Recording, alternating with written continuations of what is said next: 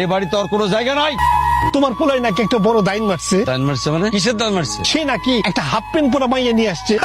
মেয়ের বাবা নাকি কোটিপতি। আরে তোমার তো ভালোই হয়েছে, এখন থেকে বিয়ের টাকায় পায়ের উপর পা তুলে খাবা।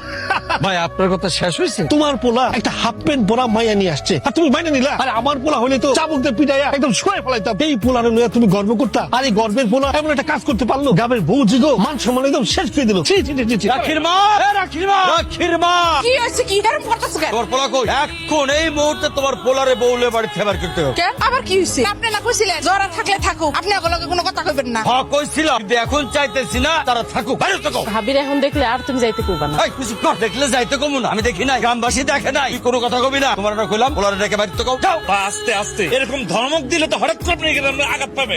রাশেদ রে এই অপরাধের জন্য ত্যায্য করে দিতেছে। আর জমি জামা সম্পদ যা আছে আব্বা ওই রাখির নামে আমার নামে লিখে দিতেছে। চুপ করো, এই কথা তোমার কখন কইলাম আমি? আপনি খুশি?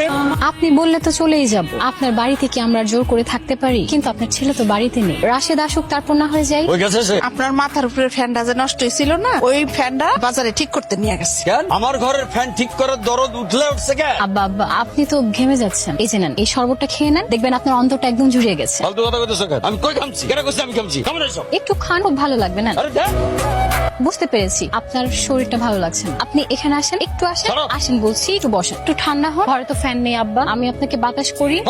এত রাগ করতে হয় না, যেই গরম পড়েছে আপনি তো হিট স্ট্রোক করবেন। একটু ঠান্ডা হন আব্বা, একটু ঠান্ডা হন। তুমি তো দেখা যায় সব কাজই পারো। পারবো না কেন? শ্বশুর বাড়ি আসছি, কাজ তো একটু পারতেই হবে। তাছাড়া এটা তো আমাদেরই ঘর নাকি? আমারও না ইচ্ছা করে শ্বশুর বাড়িতে যাইতে, কিন্তু আমার জামাইটা তো আবার একরোখা। সেইখানে আমার এনে পড়ে আছে কিছু টাকার জন্য। কি বলো? কত টাকা? 3 লাখ টাকা। এত টাকা? বোন, আমার কাছে না এত টাকা নেই। যদি থাকতো আমি তোমাকে এক্ষুনি সাথে সাথে দিয়ে দিতাম। কি খবর তোমার? আব্বার সাথে কি হয়েছিল? জানো ভাই, আজকে না ভাবি আব্বার জন্য শরবত বানাইছিল, কিন্তু আব্বা সেটা খায় নাই, ফালাই দিছে। আর ভাবির সাথে অনেক দুর্ব্যবহার করছে। তোমার তো আমি না করছি, আসলে এটা সম্ভব না। আব্বার অনেক রাগ, অনেক জি। তুমি যত চেষ্টাই করো না কেন আব্বার মন গলাইতে পারো। তার চেয়ে বরং চলো আমরা কালকে সকালে চলে যাই।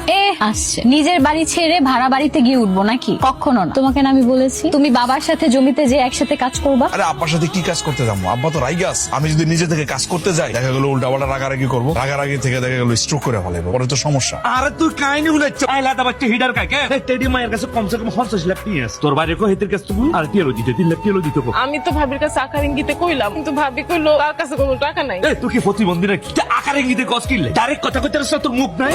হায় হায়, এ আমি কি দেখছি? তোরে কি হাল অবস্থা হয়েছে মা? বাবা, তুমি এখানে আসছো? তুই আমার মেয়ে হয়ে একটা ভুল করেছিস, কিন্তু আমি তো ভুল করতে পারি না, তোকে আমি নিতে এসেছি। কিন্তু আমি তো তোমার সাথে যাব না বাবা। আরে বিয়ে সাহেব যে কেমন আছে? চলেন ঘরে চলে বস। আপনাদের মতো চাষাবুষাদের বাড়িতে আমি সাদেক খানকে বসতে এসেছি নাকি?